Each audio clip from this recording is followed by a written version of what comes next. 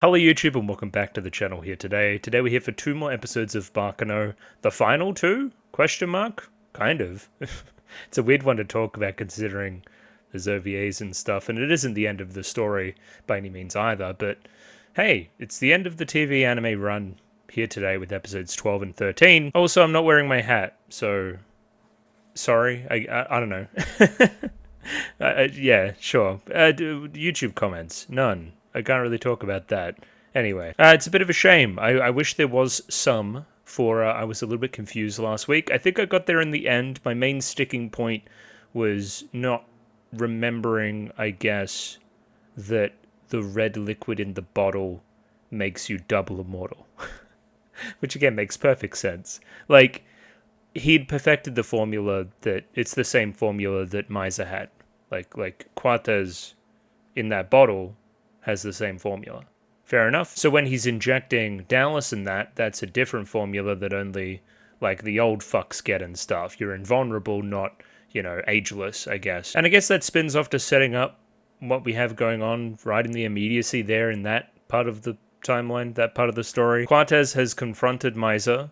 They're at the restaurant, the Martillo restaurant, and yeah, we get to see where the rest of that goes, I guess. Isaac and Miria also present. We also have Firo and Ennis over off to the side doing their thing. They just got confronted by Dallas, I believe, which is a little bit of revenge there because Dallas saw both those characters and got beaten up by them early in the narrative. Whole bunch of moving parts there. Obviously, again, I'm theorizing that Isaac is currently immortal, so...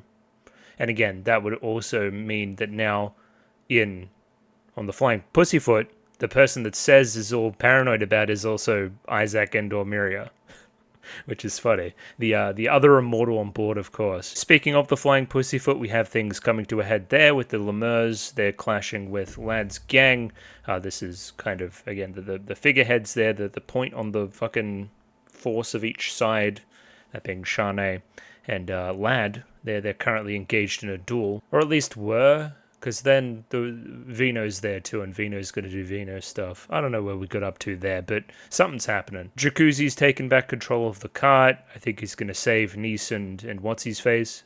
So that's all well and good. At the very end, we've got the kind of intrigue in 1932 about where the fuck is Dallas.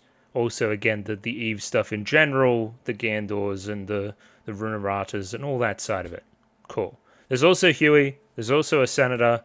There's also, I don't know, there's also lots of stuff. Let's table all that now and we'll shout out the Patreon before we go any further. So I have a Patreon, it's linked in the description below. If you'd like to see the last little bit of Baccano, the last kind of 3 episodes there, at least, again, that's probably worth a question actually.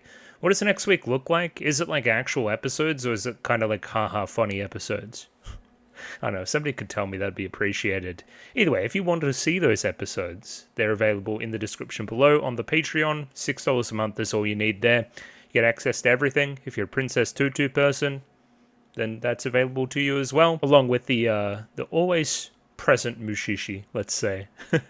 Either way, a very big thank you to AJ, Acromancer, Bananaram Hampadama-sama, Capella, Choberibi, Dapper Dwarf, Ed, Fancy Question Mark, Fruit, Glorina Tenebrae, Glyke, Hans Peter, Ika, Yanko Yavanen, Jummy Boo, Joran, Kasogtha, Clem, Lick H, Lou, Master Detective, Matthew Bratcher, Mickey Babbers, Miru, Mistake L. Chen, Molly Weinberger, Mr. Maniacs, Parnick, Pencil Sharp 333, Pointed Snowdrop, Run Lad B&K, Saint Lily, Sal, Sam1373, Skeleton, Tentacle Member, Waifu Overdose, Without a Net, Kelvin, Binshi, Aidan O'Brien, Bisa, Fleur Nightingale, and Ossie.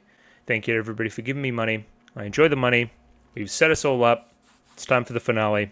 Let's jump in here to episode 12 of Baccano. Let's go. And there we have it, episode 12 of Baccano up there ready to go. 24 minutes and 40 seconds on this one, so sync up accordingly with your own copy. I have the DVD version, should be similar to MTBB version.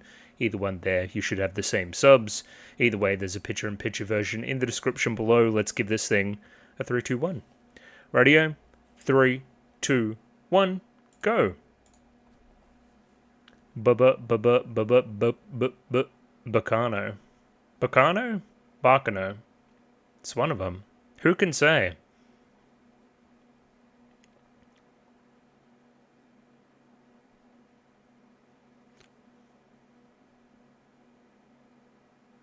I've been reading some comments on some of the videos for some of the Baccano stuff that say that the light novels themselves aren't quite as out of order as this. They still obviously tell the story non-chronologically, but not to this degree. So that being a portion of the adaptation is really quite interesting. And yeah, and they also go on to say hey, what was my train of thought is just gone. They also go on to say that the novels go on and on and on. So a Brotherhood type situation for this show maybe could be advisable. I don't know. I wouldn't mind watching it again, having another go.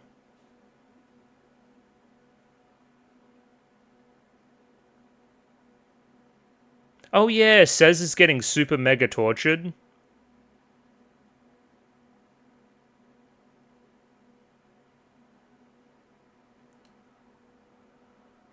He is kind of an edgelord, though. I'll keep saying it. He's kind of cringe, but he's cool.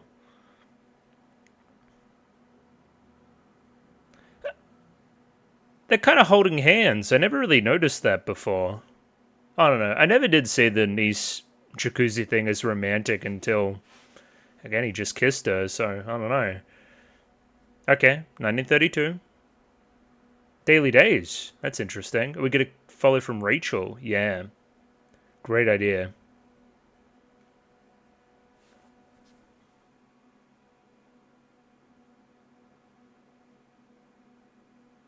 Okay. Now we're back on the flying pussyfoot again. Indeed. Well, I'm keeping you up, am I?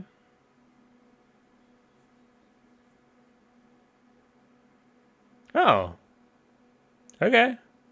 We'll take it.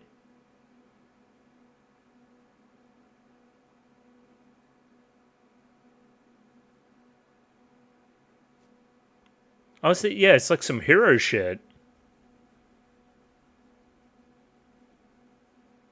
But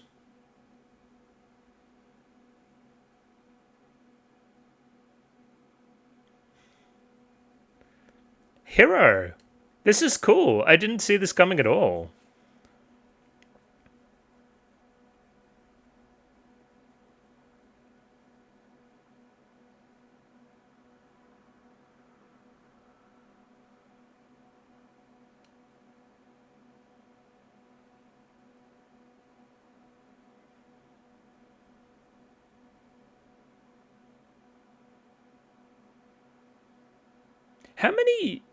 How many black suit gang do we have here? Are they going to leave them all alone? I guess they've got them tied up so they don't suspect this. I mean, I thought Jacuzzi was coming for you, 100%.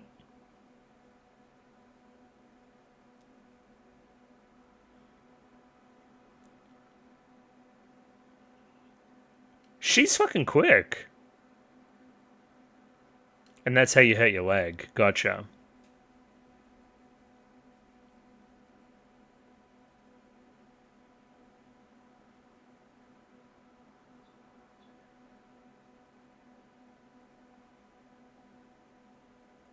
So you didn't want to sully the good name of the railroad? Shut up. He gotta go. I'm off him.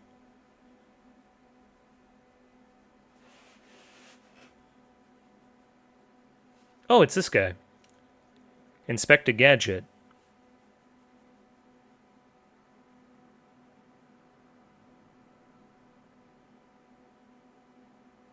Ooh, cut on the hand. Firo, the three Gandor brothers, felled by assassin's bullets. They might be immortal, though. Is that dynamite? Like a bomb? I heard a fuse going. I was like, what the fuck?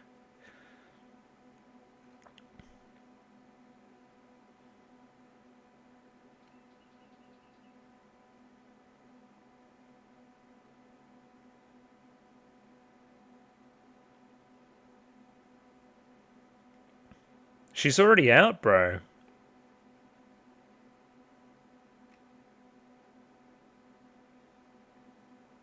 He's so good compared to everybody else.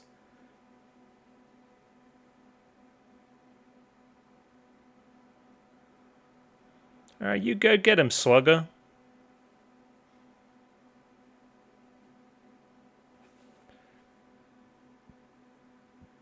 Alright, you're turning on him.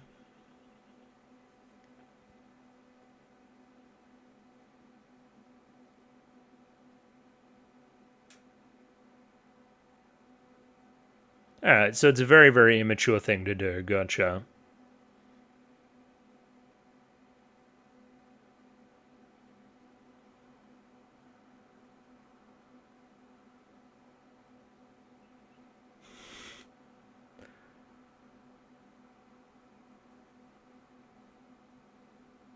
Okay, Dio, whatever you want.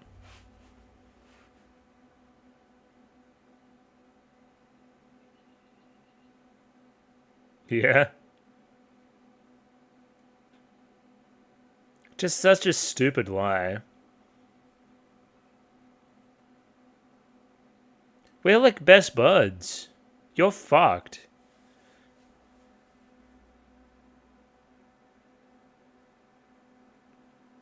We're friends since childhood, too. Yeah.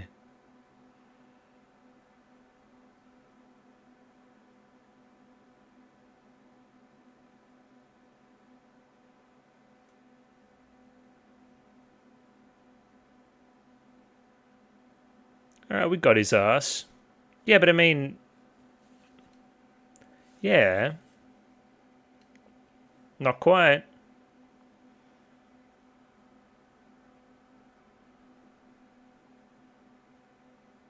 Yeah, Miser's, like, in peril.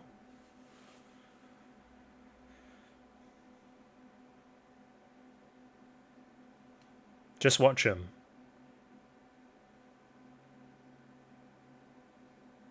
You will see shortly.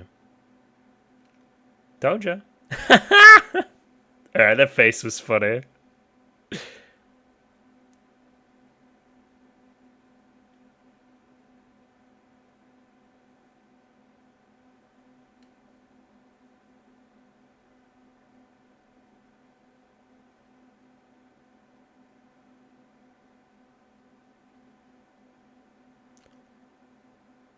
Yeah, you gotta look both ways, buddy. That was a cool transition, too.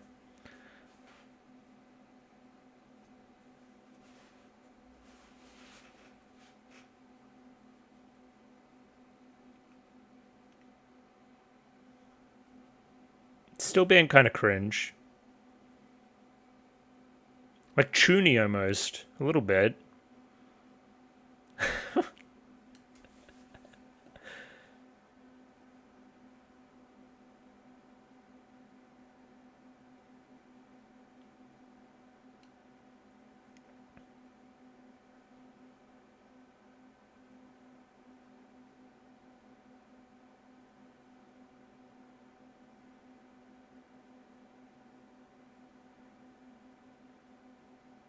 Whatever helps you sleep at night. I just thought you were saying that you were strong.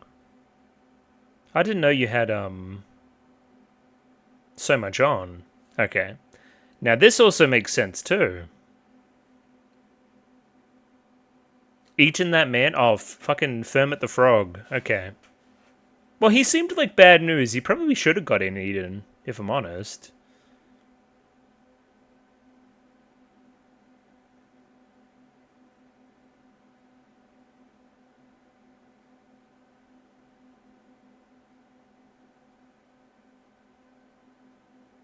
Moon there's cool. Oh, red there's cool.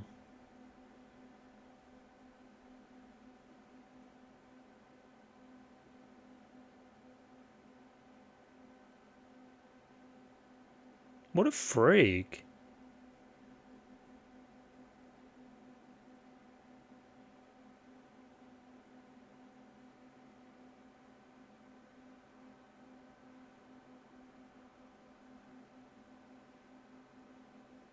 Neither character there has any eyes. Oh, no, hang on, he does.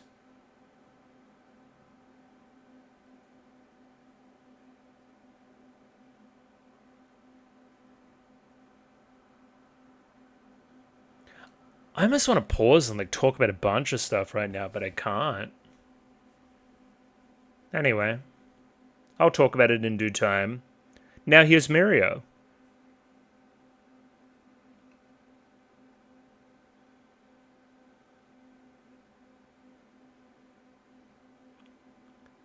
How are they going to save him?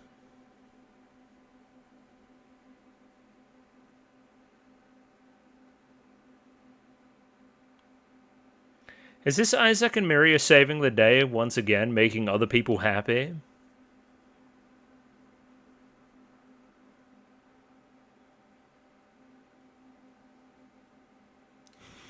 Stupid costume. Don't fall.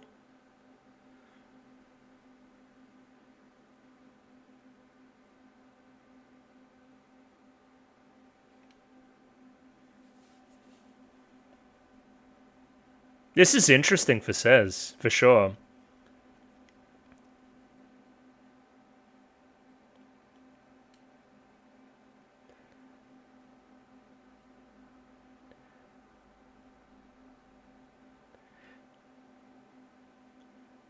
They're dead? They fucking died?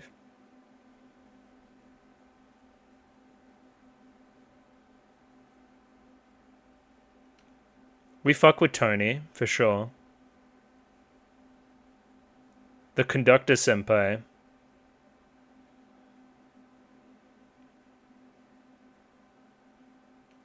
Animation's fucking awesome.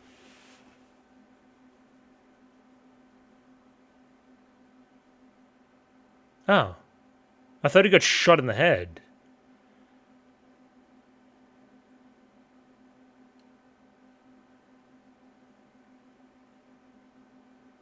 I can do anything?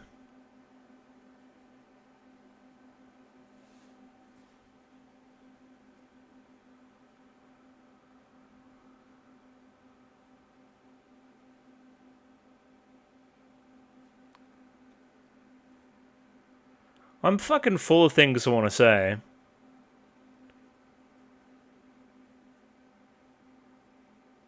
I mean, it could have shot you in the head just then.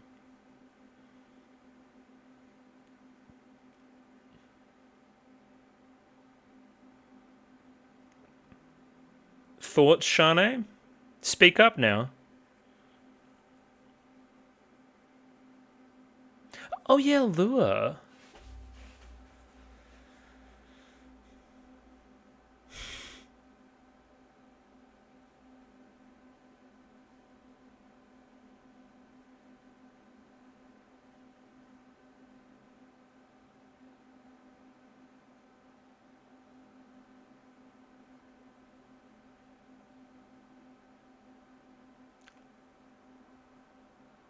He was actually kind of right. Because they end up off the train. Jacuzzi? No, Nice. Playing like a Demo Man main or something, just shooting pipe bombs down the hall. Also, she got like horny, that was odd.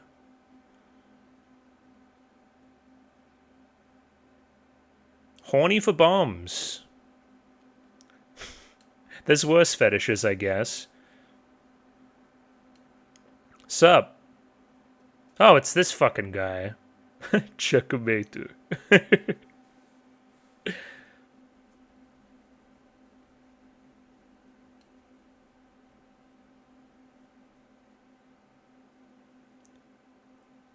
Shoot now. How the fuck did you miss?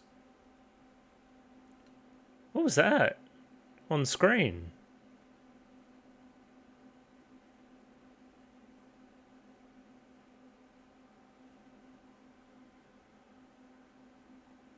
He's locked in. Still that religious angle, too.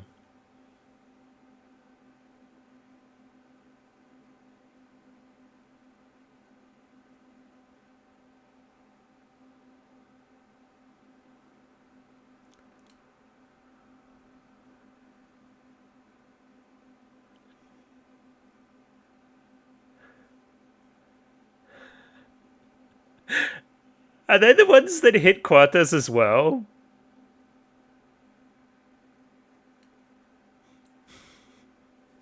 The voice performance is spectacular too, obviously.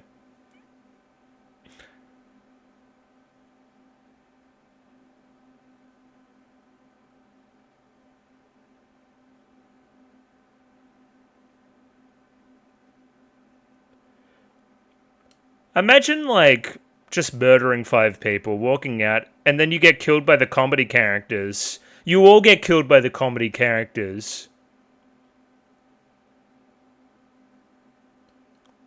And they backed over him too. And, like, the thing hit his head.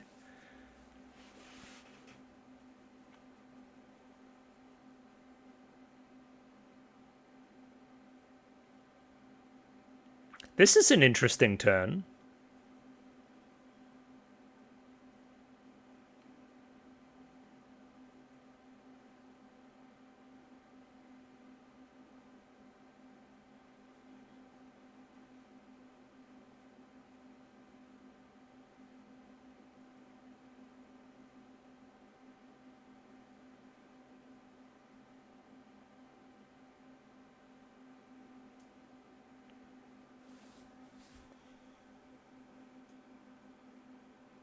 Very, very intriguing here.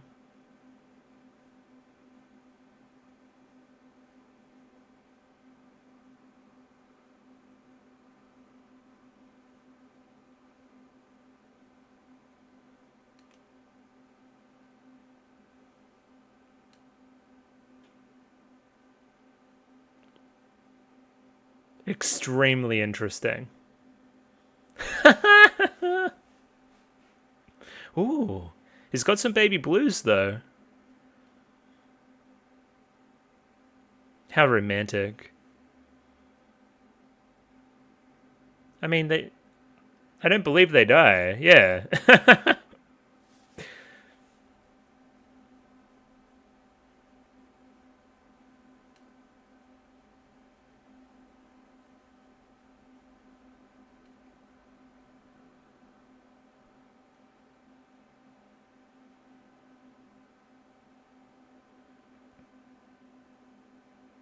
She keeps a bomb in her eye?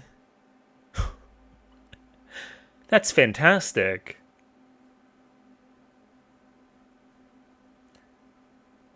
Looked like a Pokeball there for a second.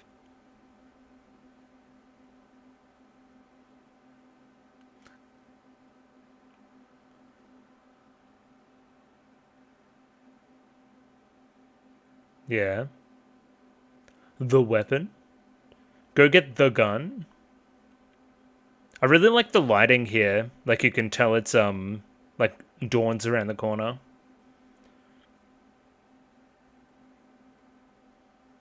Is the weapon was a flamethrower?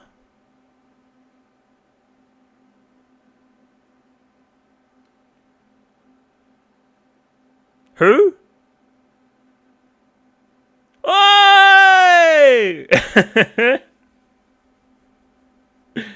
No, hold! Live!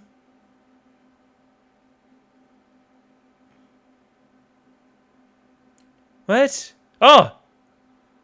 The rail tracer. What the fuck is happening?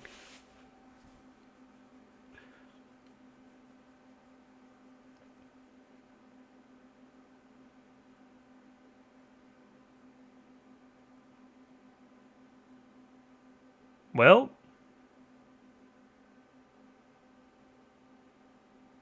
And that's where Donnie went, gotcha. Using their own guns? I think that's the idea. He's chasing with the flamethrower. This is fucking crazy. How about the fire?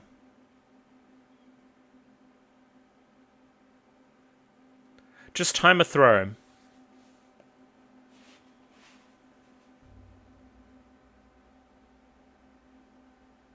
Oh, I know. They must have got the guns from somewhere else.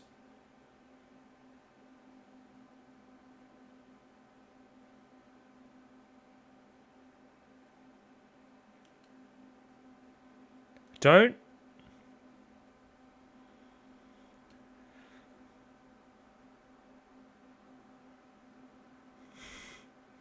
Quick now.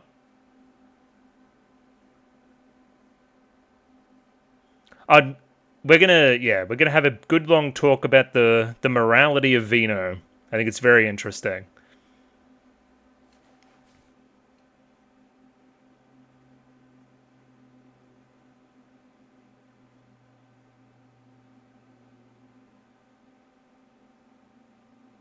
Don't ask. Works as a good distraction, though. Not there! Come on now.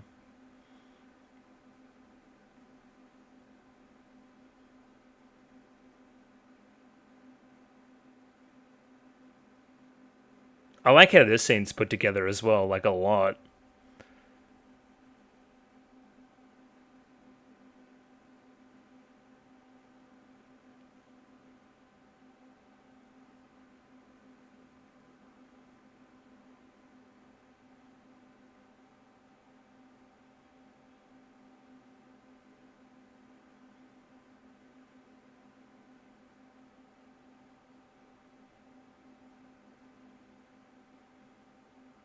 What? I don't think I will.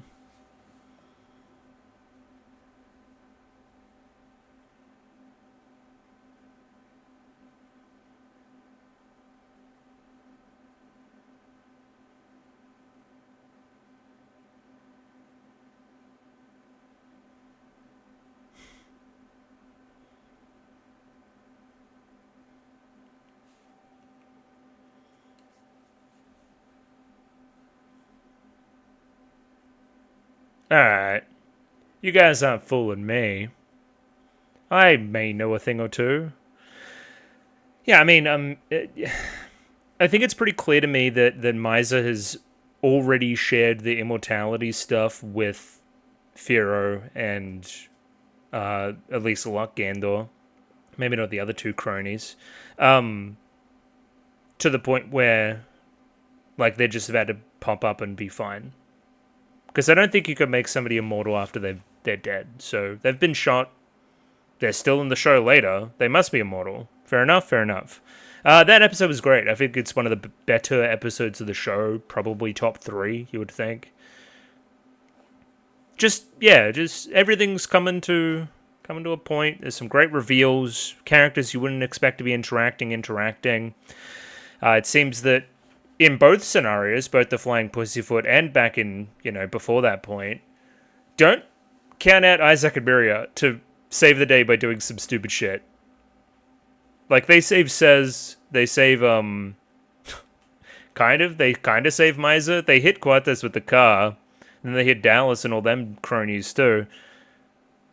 Don't doubt them, that's all I'm saying. Never doubt. They're goated. Yeah, we'll talk more about the nitty-gritty stuff when I have a little bit more time, obviously. And yeah, we'll skip this stuff too. And we'll dive straight in. Oh, little voice crack there. We'll dive straight in to episode 13, the final episode. And there we have it, episode 13, the final episode of, I guess, the TV anime run. I don't know how the OVAs were presented. Anyway. It's up there ready to go. 24 minutes and 25 seconds on this one, so sync up accordingly with your own copy. I have the, DVD, MTBB, picture-in-picture. Let's give this thing a 3, 2, 1. Radio, 3, 2, 1, go. This opening one last time too.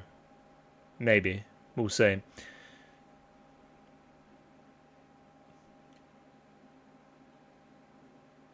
So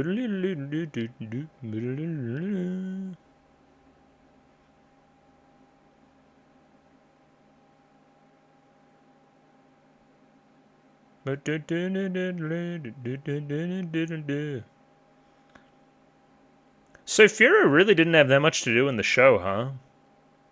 Still got one last episode, of course, but neither any of the Gandors besides Luck. Even then, Luck not that much. Luck's just cool. there is scarce few characters here that genuinely have arcs, which is a little bit, I don't know, you could call it criticism, but I just think it's the nature of the beast, really. Well, that definitely has an arc. An unexpected one. We'll talk about it. Almost Shane, for sure. Says has interesting stuff going on. Ennis, like, it's very, very easy to see Ennis stuff. Jacuzzi a little bit, but that also had been going on before this point, too.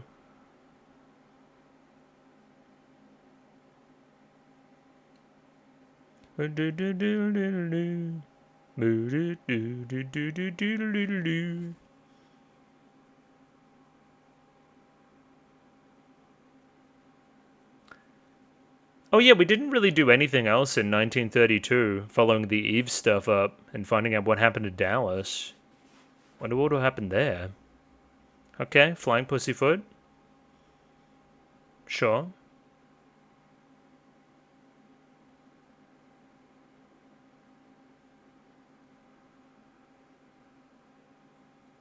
I can't really respond.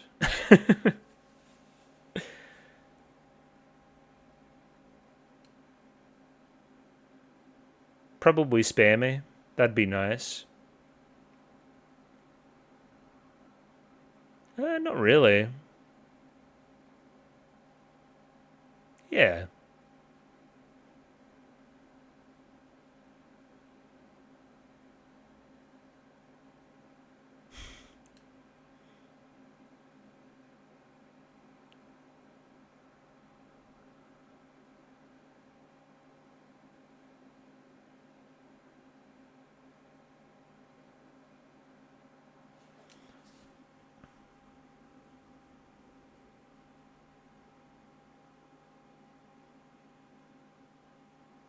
Well, yeah. He's also kind of got some influence over me that is unclear at this time. Are you coming on to me?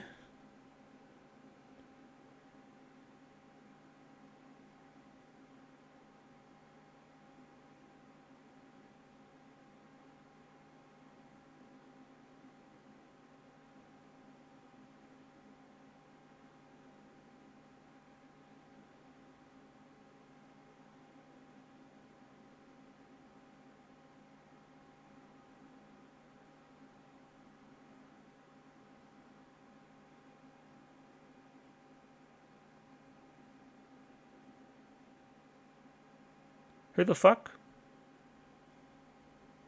Oh! Interesting.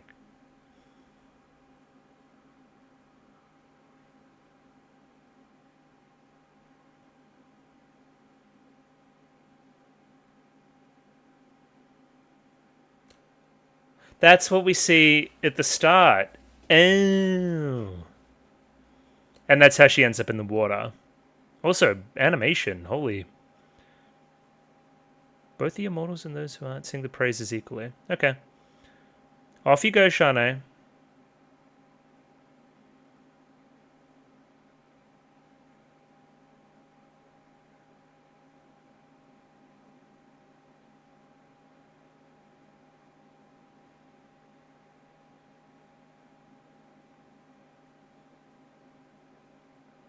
Oh, this was still happening? I thought he was on the ground.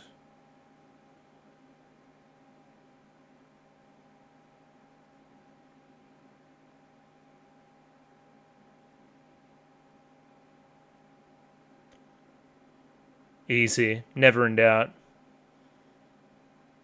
What? It broke? Oh, it turned off. That's an amazing coincidence.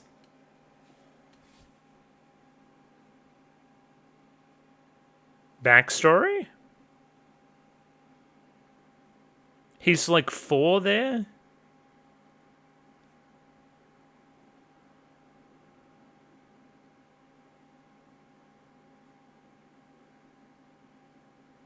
Alright, trust, sure.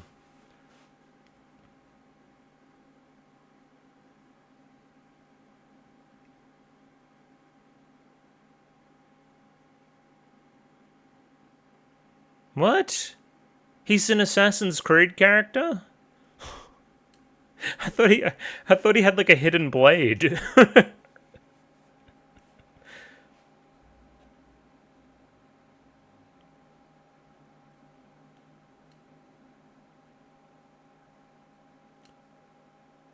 Whoa.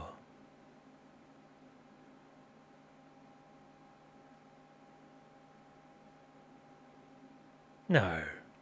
Don't be silly. Who just flew overhead? Two immortal characters, one of which had been tortured, probably lost a lot of blood.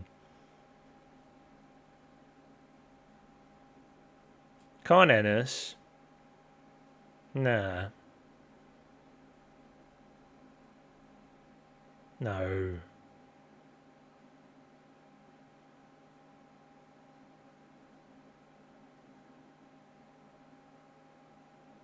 What are you gonna do?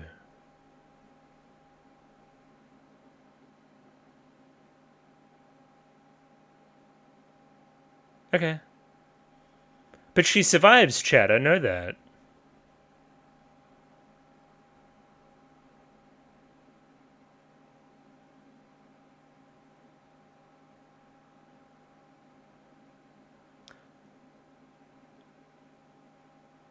Okay, that's cool.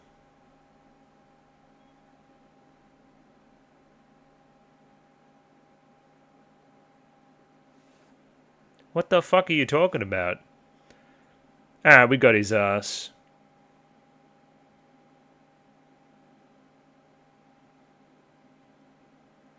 I thought we got his ass. Oh, he's still going. His ass is still being got.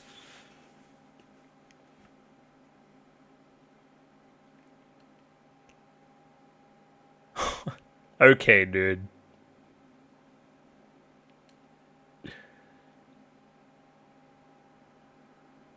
Good.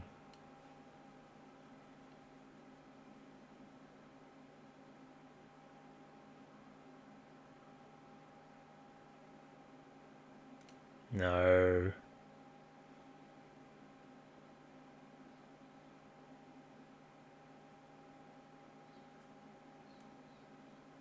So they don't know?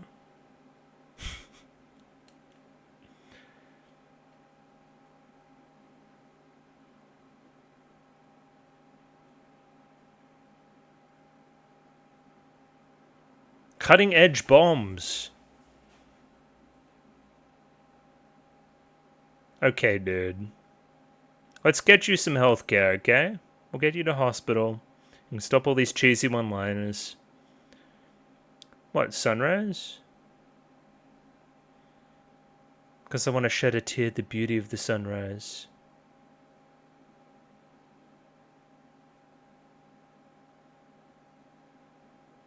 Oh, okay, yeah, sure.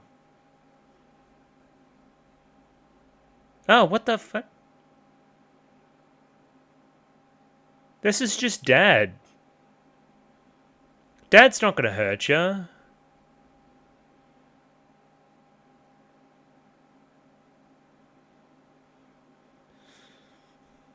Gain too much knowledge. He can do that? No! It is!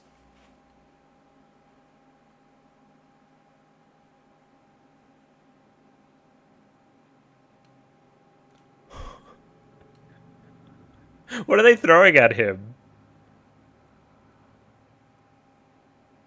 Like powder. Oh, easy. But how? Wait, they're all here?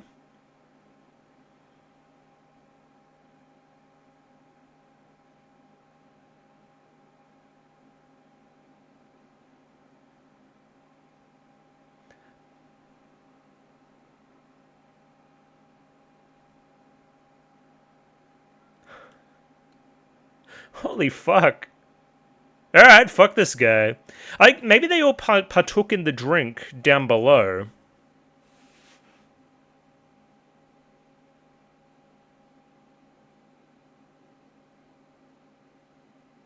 Furious never lost a fight. There was no chance. Come on now. Be serious.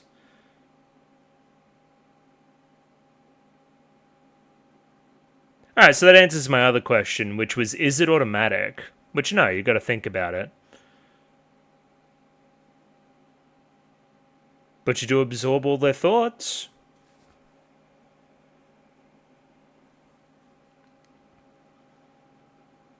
You must have saved him.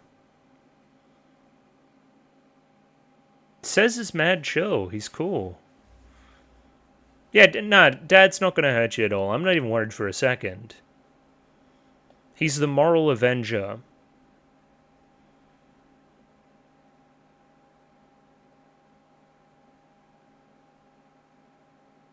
He's like, you guys are good.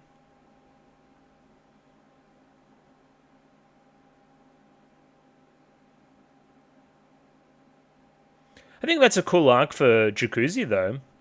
Like him being so afraid of the rail tracer to that interaction.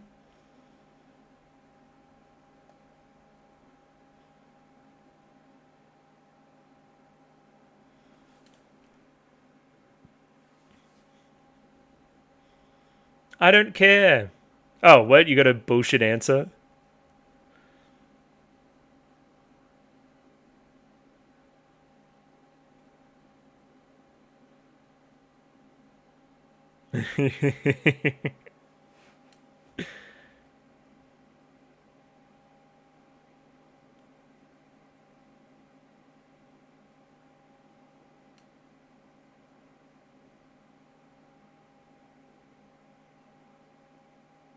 Gotta see my dad, Miser.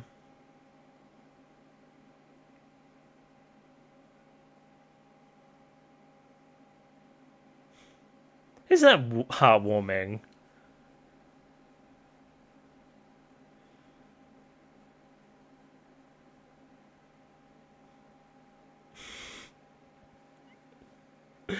uh...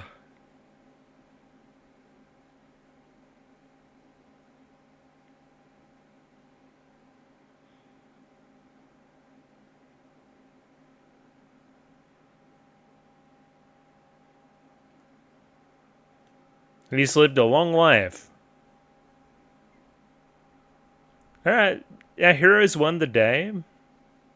1932? Don't forget it.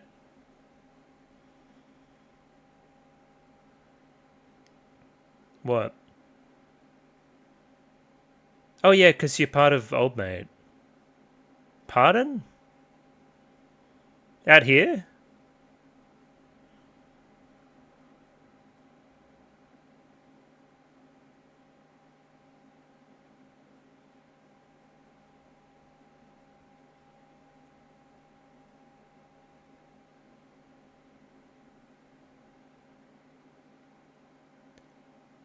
Oh, you gained that knowledge from him. Yeah.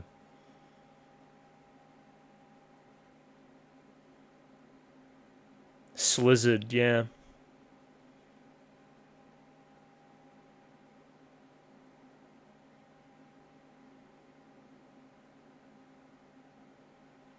It's like we're meeting for the first time all over again.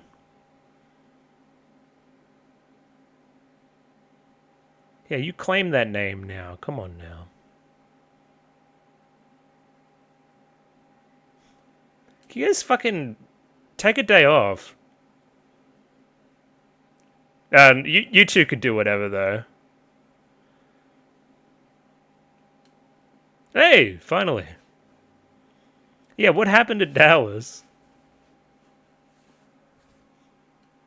Because we didn't eat his ass. I think we could have eaten his ass if we needed to.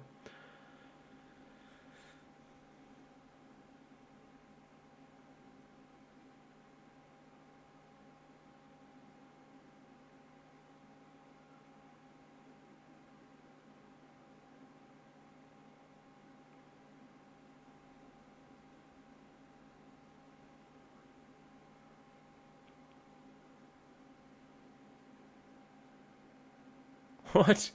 Not the cement. Ah, no! That's a terrible way to go.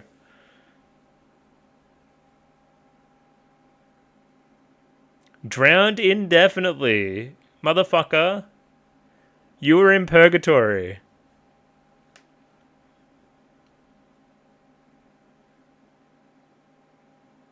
Hey, it's like the opening. Something to play with.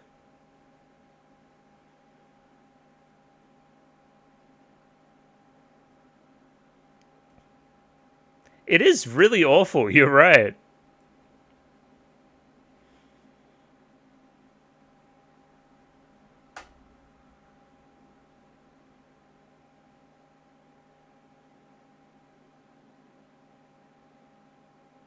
I mean, pretty respectful. It doesn't really help Eve out very much, though.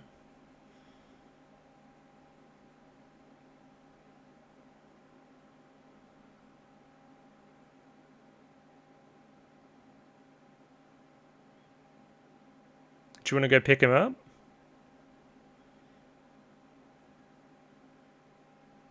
I'm not taking him to the lab.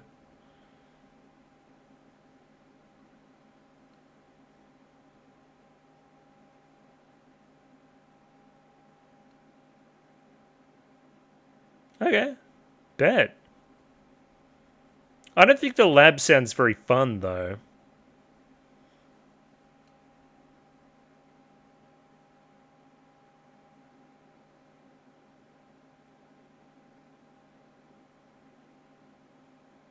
Yeah, fucking Bugalogs went crazy.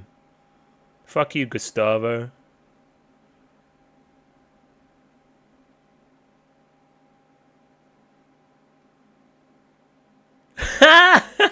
Oh no!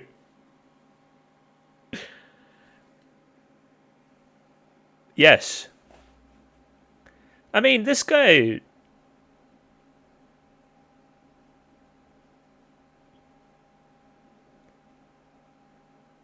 Okay.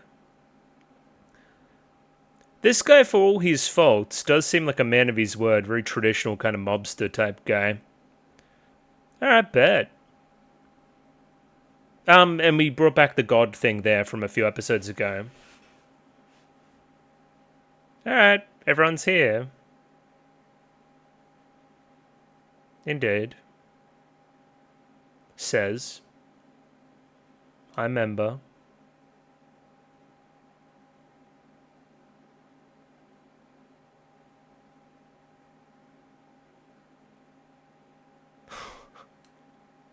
What?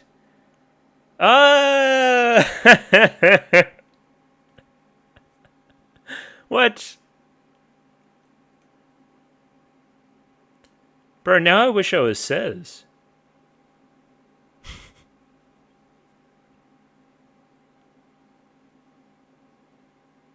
Oh.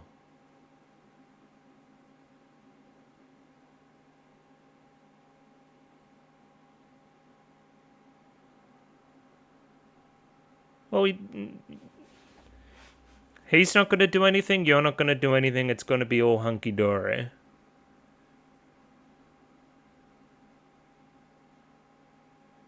Head pats? Only the left.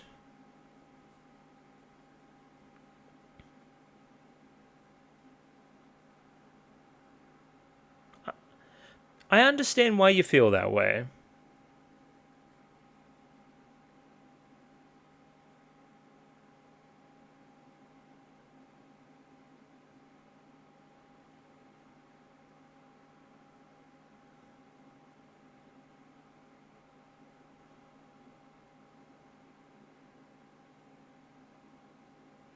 Isaac and Miria saved the day. Once again. Inadvertently so. Oh yeah, of course you know everything now.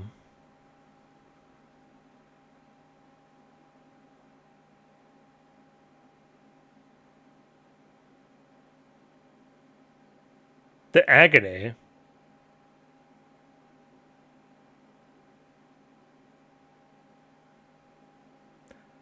I'd like to have a choice at some point. But it's pretty chill for now. I wouldn't mind being immortal, that'd be okay. For a bit.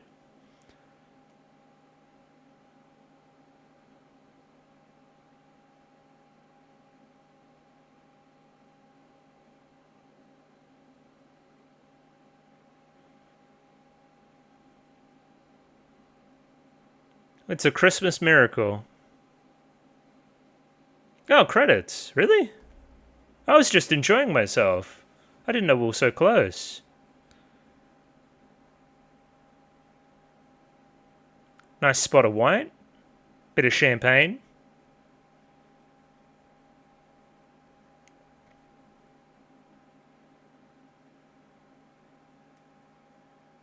This is fucking good tune, too.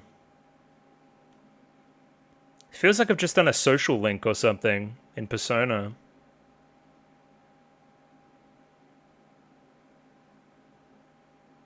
Greto, buddy. I think he would think this went about as well as it probably could have.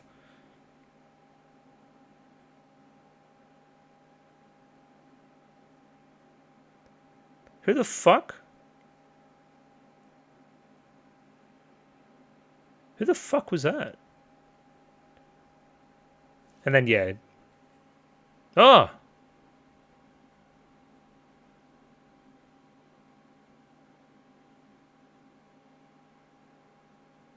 Okay, bet.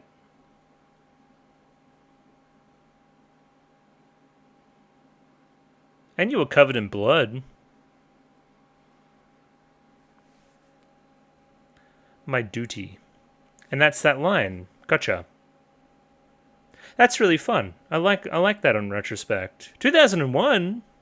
A Space Odyssey? Oh, we're there to see a bunch of motherfuckers still be, like, immortal.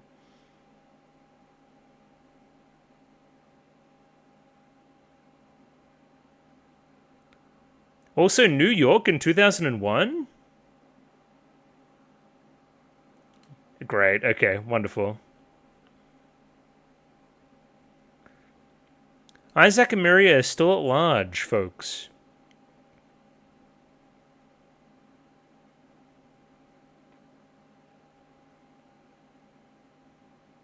What signals?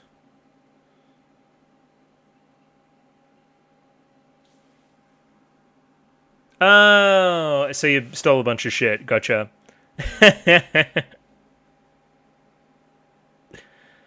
Also, she's adorable. Holy shit. And he's... I don't even know what to say there.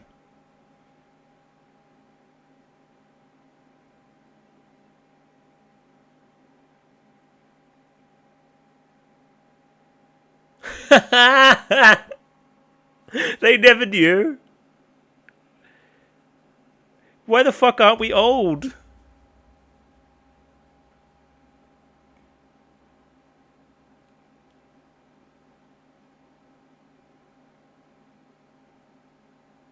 Classic.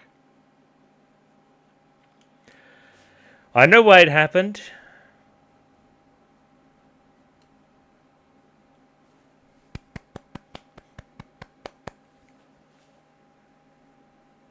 Aliens?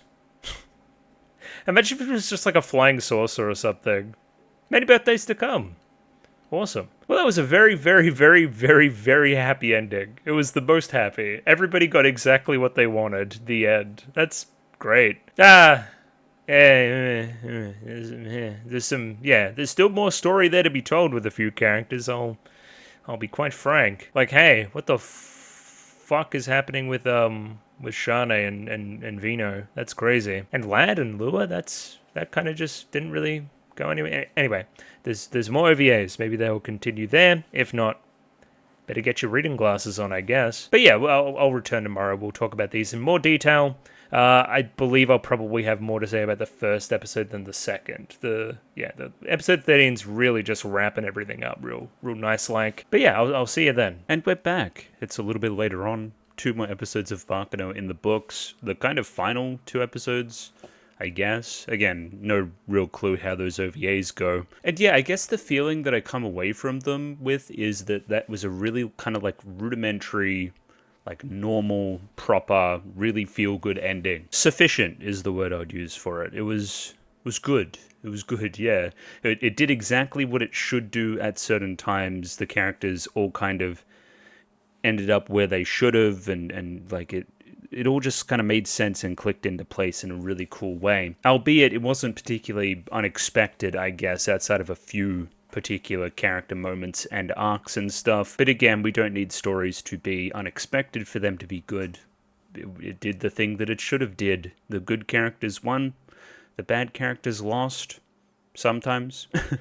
And yeah, we won the day, I guess. I really want to emphasize that it was super entertaining. We did a really good job of kind of weaving the different timelines together and kind of making sure that they're all kind of hitting their fever pitch at the same point and kind of bringing, itself to a climax kind of simultaneously. It was, again, very well done. I think the lagger behind there was probably 1932, but that one had a little bit less going on, obviously. It was really only the one storyline there. But yeah, as I said, there was particular stuff where I wanted to pause it and talk about it. This will be the opportunity to do so. Outside of that, I don't know how much else I'll have to add, really. There wasn't any big head-scratching moments of, oh, that didn't really make sense to my current understanding, or anything else like that, so we should be okay. Anyway, let's dive back through here, starting with the Daily Days and Rachel. So Rachel, she was explaining to the Daily Days the story of the flying pussyfoot. We kind of saw that before, and we jump back into her kind of recounting what happened, specifically about how she injured her leg. This is where Rachel takes a little bit of a turn towards like being a hero, which was cool. I didn't really see that in her character. I thought that very much she was going to observe and watch and not really act, but she's got a sense of morality. The Daily Days, they've got some good eggs in there, absolutely. Not Nicholas, we don't like Nicholas, but everybody else, they're pretty good. They've got a sense of morals and ethics to them, and I feel like we're going to be saying that kind of phrase a lot, morals and ethics, because I feel like the way it applies to different characters here is very interesting. So here she saves both the senator's wife and child, who were being held captive by the lemurs. They don't really enter the narrative again. I guess they get out fine, which is sweet, I guess. We didn't really expand upon the whole senator angle really at all, now that I think about it. That's a little bit weird. We didn't really finish that off at all. Anyway, I digress.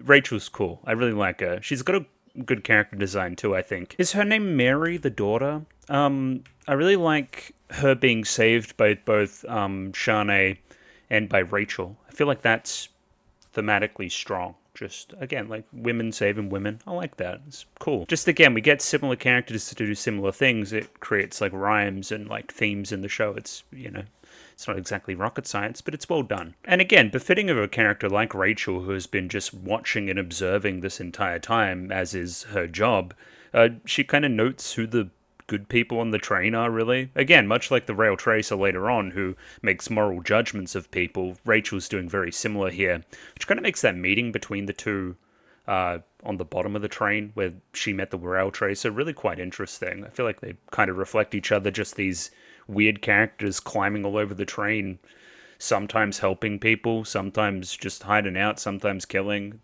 I don't know, it's cool. And yeah, she briefly gets discovered by the lemurs here, and they shoot her leg. That's how she gets her leg hurt, I guess. Now, her justification for why she wanted to help people on the train, she didn't want anybody else to die.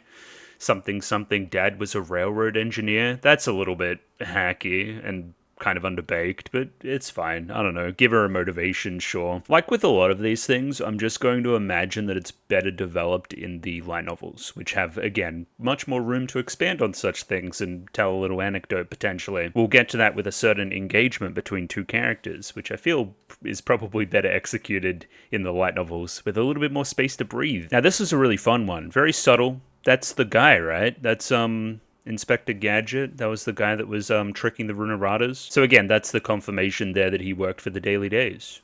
Just pretty easy stuff, don't need to over-explain it, just he has a pretty prominent character design and he shows up again. Well done. Now this is the first time I'm noticing this as well. We do some stuff here where we highlight certain parts of words, and you can see it up here with the obviously in the Japanese. Is that like spelling something? Are we highlighting certain words for any reason, or is it just to put emphasis on things? I guess it helps in the moment when it just kind of flashes up for 2 seconds to read the pertinent information. Firo, Gandor brothers, assassins, bullets. Sure, I mean, yeah, that makes sense. I found it pretty easy to forget about Jacuzzi up until this point, but he does have some good moments here in the finale. Just, yeah, we kind of dropped him for a little bit too long there, or at least moved his story too incrementally for me to ultimately catch back up with his whole thing going on. But again, strong moral compass, we'll see that come through in the rest of the episode here. But yeah, he's gonna go save Nice. That's the general idea here. He heard a bomb go off. That's the signal. Let's go get her. Back to 1930 now. Firo, Ennis, Dallas. The confrontation there. Again, they've got history. Dallas feeling all high and mighty because he's got the immortality thing going on. And I guess for Dallas's arc, or at least for his story, this is a pretty important moment. This is the point of no return, really, and where he kind of dooms himself by what he does, right? Again, going out on his own, loyal to nobody, just murdering, a real power grab here at this time, a really short-sighted power grab too, lacking any morals or ethics to it, and just really being super selfish. This is the reason why the punishment that befalls him, you know? That's pretty simple writing, just character makes mistake, fuck them, they're gonna die.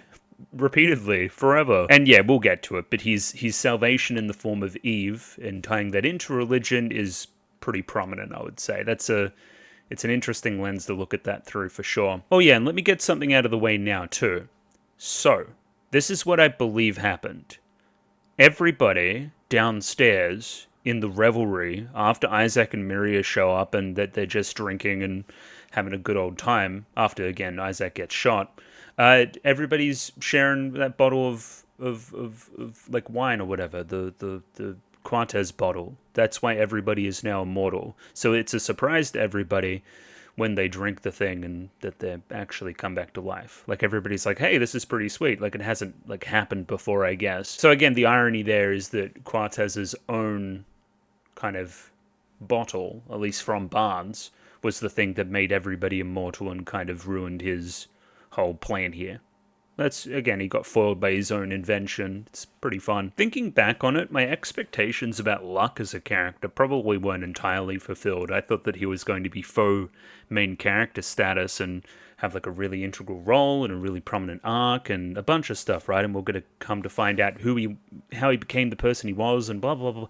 No, he's just kind of a pretty straightforward, really smart mobster kind of guy that plays the game really well. He didn't really have much going on besides that, now in retrospect, but that's fine. He's cool. And yeah, he's got a lot of authority to him, which I like. And again, he's pretty straightforward, but in a, ensemble cast, that's okay. Like, here's where he's just spitting the facts about Dallas as he tries to, weasel his way out. No, I know what you are, I know what you've done. It's time to go. So yeah, they shoot Dallas in the head and all these cronies, but again, Ennis is the only one here that knows that they're actually immortal, so hey, it's really important that we tie up these bodies before they come back. And here's a clue, everybody, about when Luck got the power. So Burger here, right? He says, what are you talking about to Ennis about the immortality? Now, the Gandor brothers, they're pretty close. So if Luck was already immortal, then he probably would have told Burger, and he wouldn't be caught off guard by the concept of immortality. So again, Luck is very recently immortal. That is now my justification there, I guess. And yeah, I mean, Ennis is right. They immediately come back to life, that being Dallas and the cronies. And putting that scene right next to, again, Cortez over Misa associates Dallas and Cortez, right? The villainous characters, the antagonists in the scene, the greedy ones, the ones making the power grabs, and the ones that ultimately get their just desserts at the hands of Isaac and Miria. Again, really, really fun. Really coherent writing for sure. And I love how quick this is too. So we only briefly see, again, Misa come through the window there, right? And then Cortez follow, and then get hit by a car. And the audience is kind of just left like, what the fuck just happened? And again, we'll return to that at a later date. Really, really fun. Love that. So quick, just like 5 seconds, he's been hit by the car. Okay, we're left reeling, and then straight into the rail tracer doing his thing. So Vino here has a really prominent, almost like monologue to Lad here about,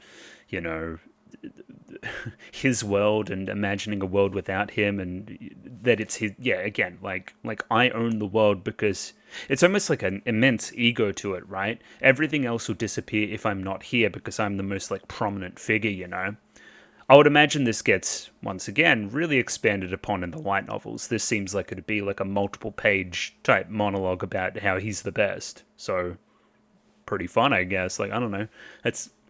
He's a really, really interesting character. For a character that showed up very late, I would say, that being the Rail Tracer. It's kind of monologue status there, and some of the effects used was almost giving me Monogatari in spots. Just, again, this character espousing to the camera about whatever else, and really interesting editing, and yeah, I mean, it's good company to keep, I would say. It is almost like an immense amount of ego, almost to like an annoying level, though. Like, and again, it's a little bit villain monologue-y. I'm a 15-year-old and I think this is deep, but it's cool. It's kind of his vibe. I don't know. And he pulls it off. He walks the walk, I guess. And again, him covered in blood, talking all this shit to Lad, and then cutting to Says literally being currently tortured and tied to the bottom of the train, shows that, again, he does walk the walk. I will not be defeated. I am the world. I am the everything. Alpha, Omega, all of it. Look what I did. You can expect to, have something very similar happen to you, Lad, I guess. This also fixes up a timeline kind of qualm I had, I guess, which was, okay, does he continuously torture Says, like, after that fight with Lad or before? Now it's confirmed before, so he was torturing Says, and then he ended up tying him to the bottom of the train, and again, we're kind of jumping ahead to when he jumps up and interrupts the whole Lad debacle. This is where we're getting kind of, I guess, non-chronological within certain time periods of an already non-chronological story. So it does tend to get confusing, but now that makes a little bit more sense to me at least. And for the record, I feel like they've done really, really well with Says, who was a character that seemed a little bit like nothing up to this point. And it is very quick, but I do enjoy his little moral. I think that it's one of the most, I guess, compelling in the show. Yeah, I would say that by the end here for sure. So let's talk about it from the very start. Says is a kid just aboard the ship that happens to be kind of, given this gift of immortality. But that gift of immortality is almost a curse as well, because he can never age, he can never grow up, he can never grow as a person. He's almost like permanently kept as like a 10-year-old. His young age is also another reason why he covets his immortality ever so. Like, I'm the only person, like, youth is almost his defining factor. So his eternal youth would become super his defining factor. And anybody that has the opportunity to take that away from him, his most precious, most defining factor, would be, like, he needs to be so very cautious with it, This is where we get into Fermat. His name's Fermat as well, I'm pretty sure. We're doing the French thing there, I think. But yeah, this is another reason why he's, I guess, what's the word? So cautious around other immortals. And other older people in general. He doesn't really have many close acquaintances at all. This is the experience that teaches him that the world is kill or be killed, essentially. Like, this guy, who I trusted at a time, turned out to be some sadistic, masochistic fuckwit who wanted to torture me forever and ever because we're both immortal. So, I don't know, he had something that got uncovered because of the immortality there. And Says is the victim here. And again, he's being tortured forever. That sucks. Guess he's also being tortured forever in 1931 on the Flying Pussyfoot. They kind of rhyme with each other, So this is the initial experience, but the moral up to the point where he's on the train and tied to the bottom is, like, you never really let go of this experience, right? You let this experience define you almost, And you were almost, like, perpetually the victim in your own mind. And that led you to, be on the wrong side of morality in the same way that this guy was, Again, that's talking to the whole, hey, Lad, kill everybody here because there's an immortal and I need to know who the immortal is. Like, I'm willing and able to sacrifice a bunch of mortal lives to, again, just ensure my own safety there. Also under the assumption that that immortal will also just want to kill me. And again, Isaac and Miria being the characters and the immortals as well that gets him and pulls him out of this. Just off their small interaction. Fantastic. What lovely characters Isaac and Miria are. I don't know about the whole living with AEST thing. That's a little bit suspect and kind of out of left field. But sure, I guess it makes sense. These kind of emotionally stunted characters that have been kind of tinged with immortality and have really weird, possessive, like, I don't know, father figures, older figures in their lives that were kind of domineering. I think it kind of makes sense together. I don't know, it's cool. And it's kind of my summary of the Says stuff. It's well done. I thought it was an interesting touch to take out his eyes, because you don't really see Fermat's eyes at all. So, I don't know, I thought... eyes as a view into who a character is and their morality is a tale as old as time. You can almost look at how an eye is drawn and tell you how a character is going to act in a narrative. So taking that away, there's something in that too. Felt this was really well done too. Obviously, again, Says is just closing his eyes at the moment, probably remembering the time that he got blinded by Ferme. And again, talking that he'll never trust anybody. I'll have to devour my friends before they devour me. It's kill or be killed. This world is only conflict. Blah, blah, blah, blah, blah. But the blood that's like falling on him at the moment is blood from Isaac, right? As he's trying to save him, just proving all of these words wrong. It's falling on, again, blind eyes at the moment, but he'll turn around and be convinced eventually. I think it's just really heartwarming. It's well done. And yeah, I love this moment of the reveal that Isaac was the immortal that made Says say his name all the way back when. And it's this moment of Says kind of lashing out as Isaac is reaching for him with the right hand that, again, triggers the fight or flight. He pushes away and gets them to, fall off the edge of the train, It initiates the whole sequence. And again, I'm holding you with my right arm at the moment. I have every opportunity to use the power, even if Isaac knows what the power is, which he doesn't. And he does it. Again, it says there are different people out here. Despite being immortal, they're not corrupted by it in that same way. Back up to Vino and Lad on top of the train. Their conflict is ignited once more, where Vino says that Lad killed Tony, and then Lad obviously then knows that he'd now killed June. Now that's like, you've killed one of my guys, I've killed one of yours. Let's reignite this battle. But again, Vino's untouchable. He's just that much better than you, And this is so infuriating to Lad, who, again, is a character characterized by power. Power and abusing that power over others is like his number one thing. He loves the moment when he goes to kill somebody that didn't expect to die. That's the thing that he relishes the most, seeing that power imbalance kind of tilt in his favor. So again, having a figure that he can't beat like that is so... It would just fucking drive him mental. It's not just that he's better, it's that he's also, like, insulting him. I could have shot you and killed you right now. I only shot you in the ear on purpose.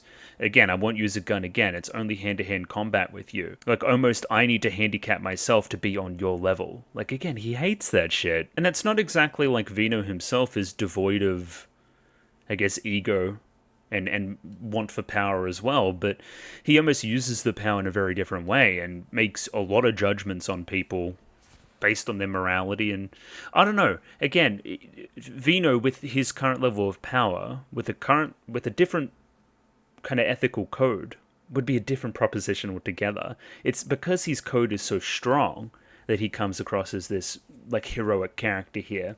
Or at least anti-heroic character, I would say. This is where Lad tries to mirror move him and say, well, how are you going to kill me, Mr., you live in my world. Here in my world, without you in it, you're not going to kill me. And this is when Vino's devilish plan begins to unfold upon itself, I guess. So, Vino's weird, because Vino, like, takes almost like the whole justice process within his own hands, right? And he will kill others that he deems unworthy if he has to. It's almost like he's challenging himself here not to just kill Lad, even though, again, his moral actions would be deserving of it. He wants to trick Lad into almost eliminating himself. Vino's also a character that is characterized by watching and listening. He gathers a lot of information just being a railway conductor. He's made a judgment call on basically everybody that comes on the train. So again, him using some knowledge that he gained about Lad over the course of things in his demise is very within his character too. It's not just that he uses the outright brute strength, it's that he also understands the motivations behind it and stuff. Like he's multifaceted in that way, you would say. So digging a little further, Lad says that he needs to be the one that kills Lua, which again is almost confession of love type of way, right? I'm going to kill everybody else, then I'm going to kill you. In its own weird, twisted way, it's kind of romantic a little bit, making sure you feel all special and stuff. It's Lad's idea of romance anyway. So yeah, now that Vino's clocked this, I have somebody to use in my little scheme. Yeah, so then Lua comes up. Vino says, hey, now I'm sure that you'll jump off this train of your own accord, because I'm gonna, threaten to kill her before you kill her. I don't know, and Lad's willing and able to give that up and take the ego hit to be the one to be with her. Which is, I don't know. I thought Lad was a character that would just say, fuck it. But he's not. And I find that really endearing in a weird way. I don't know. He's a monster, but I really like him still. That was a big old yap sesh about that, but more about Nice and feeling horny about explosions. That's more my speed. Odd. It's an odd character turn, but not entirely out of the question. I guess it fits her. Sure, why not? I should have gotten a name for this guy. I'm just going to call him, like, Lemur Boss guy. But not the boss. He's not Huey, but he's the boss of this operation. Anyway, he finds fucking what's-his-face, Nick and Nice, and holds them at gunpoint briefly before Jacuzzi jumps in and saves the day. This will frame one of the larger conflicts happening on the Flying Pussyfoot as well. The clash between, I guess, the various bosses of, Jacuzzi's gang and the Lemurs. There's a flamethrower used. It goes kind of crazy.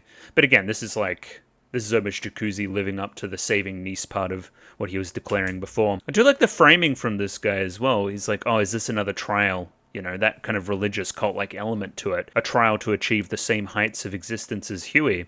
A trial that will eventually lead to me gaining immortality. I'm willing to, put it all on the line and pull at every stop, I guess.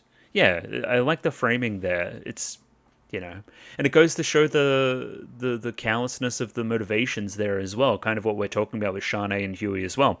Like, these guys only really want the same existence as Huey and don't almost hold him in that same regard that Shanae does, Like, that's not the idea here of the whole Huey experience. It's not supposed to be. They just want to be like you instead of, almost like worshipping you, They want to covet your ability instead of praising it. And it's almost that lack of greed and that lack of, selfishness there that will ultimately be rewarded. And the selfishness is punished, Anyway, back with Dallas and the cronies, they just shoot everybody dead. And then what's coming the other way? What's approaching them?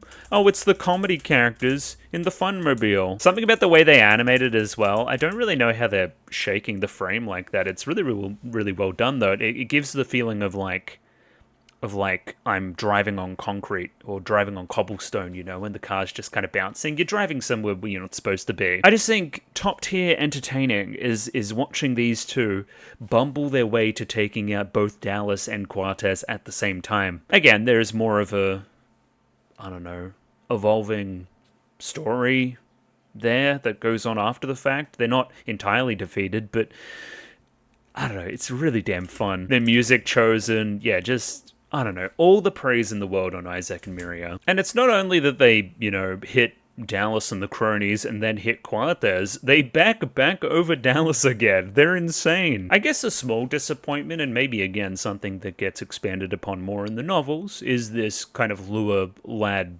thing.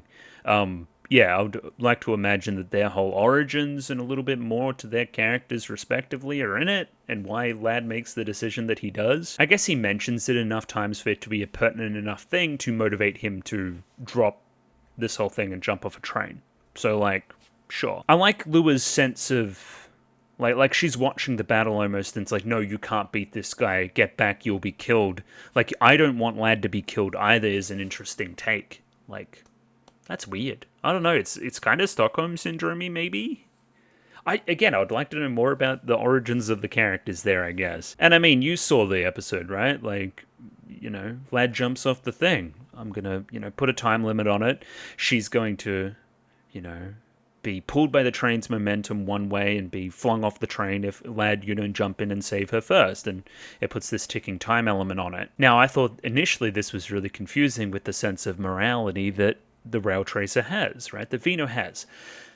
He doesn't intend to kill her ever. It's a bluff. And that's perfect. It's perfect. It's really skirting this line between, again, he looks like the villain here, but he's willing and able to pose as that to depose another villain and then pull the rug out from under him and say, hey, I wasn't actually going to kill her at all.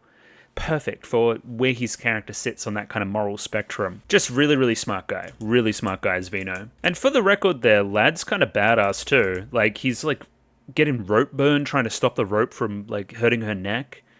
The way he's cradling her now. I don't know, He's evil, but he's cool. And then he pulls out the baby blues, and they have their little moment while flying through the air. We must remember that we see the end of this story in episode 1 as well. The investigators that are chasing Isaac and Miria, another story that kind of doesn't really get resolved.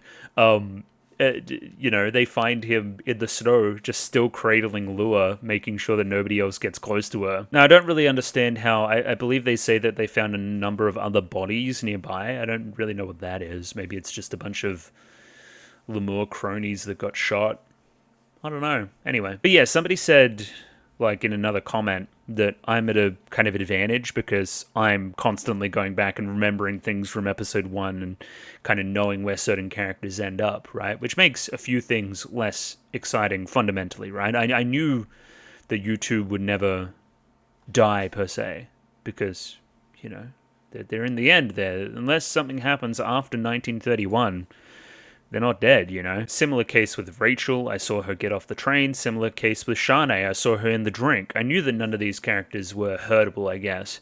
Jacuzzi, I saw them get off too. Yeah, I just remembered things from episode 1. Just a quick note here, Nice keeps a bomb in her eye socket, which is about the most metal thing I've ever heard, so shoutouts to that. Jacuzzi clashes with the Lemur boss guy, he has a flamethrower.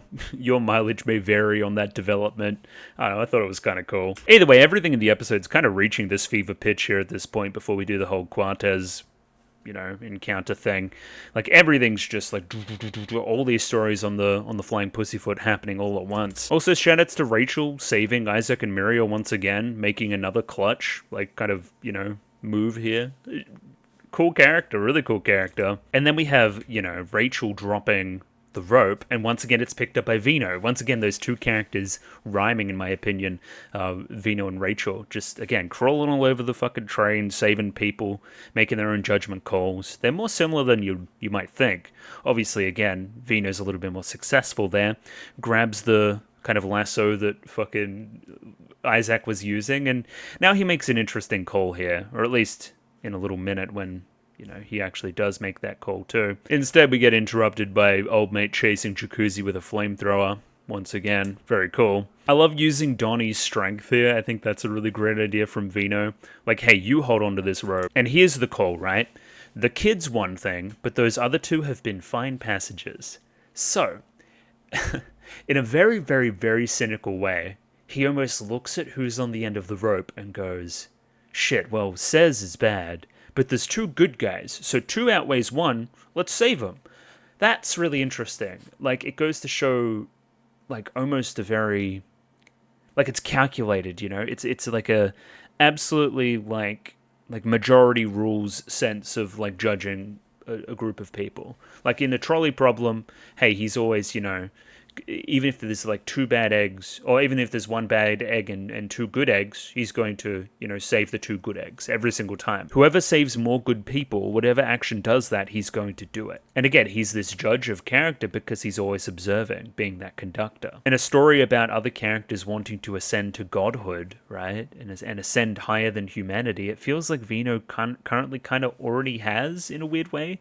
Like, he's this one that's making these judgment calls on people because of the power he himself has attained, not the power that has been deemed to be given to him. With the Shanae stuff later on, it makes him a really, really interesting contrast to Huey, which again is probably something that is expounded upon more in the light novels. And yeah, as Donnie pulls this rope with Isaac and Miria and Says on it, it also interrupts the whole Jacuzzi encounter there and gives him an advantage. A pretty rudimentary scene here to end episode 12 is the whole, we're gonna challenge the Ennis thing. Like, hey, do you want to follow your boss, or do you want to follow your heart and the people that have, made you smile today and everything else, right? The people that have, yeah. Your boss is kind of a scumbag. Do you want to follow him for eternity? Your boss / your dad, I don't know. Make that call. That's kind of what's going on here. And also, Ennis is cute. That's also really pertinent information too. It's very funny that if Quartez knew that Isaac was immortal then and there, he could have just and gotten rid of him. But again, that lack of knowledge is his downfall almost too, Once again, we really hold that reveal there that the rest of the characters that got shot in the previous scene are still alive till next episode, right? They really want you to think, for some reason, that Firo and the gang died. which does not make any sense. They appear in 1931, I assure you, they do, and they're alive. Everybody here is alive. Once again, not spoiling the moment, but just rewarding those that pay attention, I guess. I don't know, in my opinion, it kind of frames itself as this moment whereby you're meant to think that all hope is lost, but it just doesn't work because you already know that hope is still alive. You know, like, I don't know, your mileage may vary, once again. Another thing here that's very rightly is what happens here with Shanae and Vino. So, okay. He says, or Vino says, early in the scene, that whoever survives between Shanae and Lad, that whole encounter, I would kill the one who survived, you know? Mainly because the black suits and the white suits on this train, I don't like either of them. You've come here with murderous intent. I'm going to be judge, jury, and executioner on that. You seem to represent that side. You're going to die. Now, we must remember that Vino has already learnt the information that Shanae didn't really support the rest of her group, so he's got that in mind as well. But it's very fun how he intended to kill her and then ends up kind of marrying her by the end. Like, that's a fun, like, dichotomy between those two extremes, you know? And once again, associates him with the Lad, who is also operating with Lua on this extreme between, you know, murder and love. I'm going to kill you, I'm going to love you, blah, blah, blah, blah. Like, they mirror each other almost, those two couples. It's a weird, kind of tenuous, I'm going to murder you, I'm going to love you type relationship. So once again, I feel like the bones are there. I just want more of it. I want more explanation as to the where, why, who, how, when, where. All those kind of terms. I don't know. I do like the little game we play here with the whole Huey-Shanae connection, right? Because again, Shanae's mute. She has to like nod and shake her head and stuff to communicate information. And the whole time we see her locking eyes with this kind of ghost of Huey, this figure here that is telling her what to do and which information to, you know, hold from him. I think I'm of the understanding that the whole Huey thing in Shanae's head is like her conscience, essentially, right? And like, what would Huey do? She always defaults to that rather than it being literal communication between the two, I would say. But yeah, Vino notices here that Shanae gets really defensive when mentioning the immortality thing. All she's known is this cult of people around her that covet Huey and the immortality. Again, without having the devotion that she has to Huey. And again, Huey's the only family that you have. You feel very protective of him. This also makes up part of Vino's motivation to marry her, so that she will have more family and could potentially move away from Huey in due time. This in of itself is also a bit of a weird ego thing from Vino, in my opinion, as well, though. So I see this dominating presence that Huey has in your life, and again, I almost get that competitive streak in me. I want to almost earn your affection more than Huey. Right? If you didn't have the only one member of your family that you were devoted to, right, would you let your guard down and would I be able to kill him, essentially? Would I be able to take Huey out? He sees it as this challenge to kill an immortal person. He also sees it as this challenge to supersede, again, Huey in your own mind. Unlike your buddies in there, I will not betray you. I'm not doing this for the same reason they are, right? It's almost really selfless the way I'm doing it, you know? I'm almost sacrificing a lot in marrying you, right? I'm not going to try to, you know, pull anything or steal his secret or nothing else. And yeah, that badass line there too. Almost that, you know, I don't need immortality because I'm so confident that I won't die. Like that's a great one too. Very, very interesting that that Firo, another character that is very like plucky and very self-confident and doesn't lose any fights or anything, reveres Vino. Like, it's almost like Firo wants to be Vino in some ways too, like, and wants to meet up with him again and hash things out. Again, more room for expansion there. I'm almost certain that it happens, like Vino and Firo scenes. And this is where the proposal comes. Hey, I know that you can't really speak at the moment and it's hard for you to communicate your intentions. There's a river. You jump off it. It's going to go bad after that point, right? Just kind of grind your message and kind of like carve it into the train top and I'll go find it. And she carves quite the message too. It is pretty long, so she's good at carving. It's a sharp knife. I don't know how hot I am on the whole jacuzzi doesn't cry type lines that we do. Like, I cry all my tears the rest of the time because when it's time to lock in, I can't cry. And again, tying that into the relationship with Nice and yeah, why is he a crybaby all the time? Why does he feel the need to lock in? And then there's that line later, which is like, hey, niece, I'm going to cry extra hard now because I'm going to cry all of your tears for you as well. I don't know. It's pretty cheesy. It kind of fits the tone of the show, though. I don't know. I'm not going to come down too hard on it. I don't know. There's cooler stuff with the show. Jacuzzi's fine. He's okay. I just like other characters better. He's a little bit too straightforward for mine. More of this. I wanted more of this too. Like going back and seeing this backstory stuff with Nice and Jacuzzi. Nice also talking about when he got that tattoo. He cried a lot, so this might have been when he got the tattoo as well. At quite a young age, I might add. It's almost too, like, okay. Like, Nice obviously looks like this in the scene. Like, she's been hurt or something, injured. She's probably lost that eye, that's the reason for the eye patch and all that. He's almost trying to mirror her in a way, which is really sweet. Like, mirror that scar. Yeah, it's cool in its own way, I think. Yeah, it's very, very brief here. You have to kind of project a lot of the story, but it works, I think. It's very sweet. Loving the headbutts, too. He's like a fucking Pokemon or something. Crazy stuff. Felt like this was a little bit labored as well. There's this part in the jacuzzi encounter with the flamethrower guy where a bunch of Cez's blood, the rest of his body essentially is catching back up to him from where it came off, all the torture blood and stuff. I don't know. Because Cez is not being perpetually tortured anymore, so all these goos being brought back to him. This works as a momentary distraction, which allows Jacuzzi to get an advantage at a later time.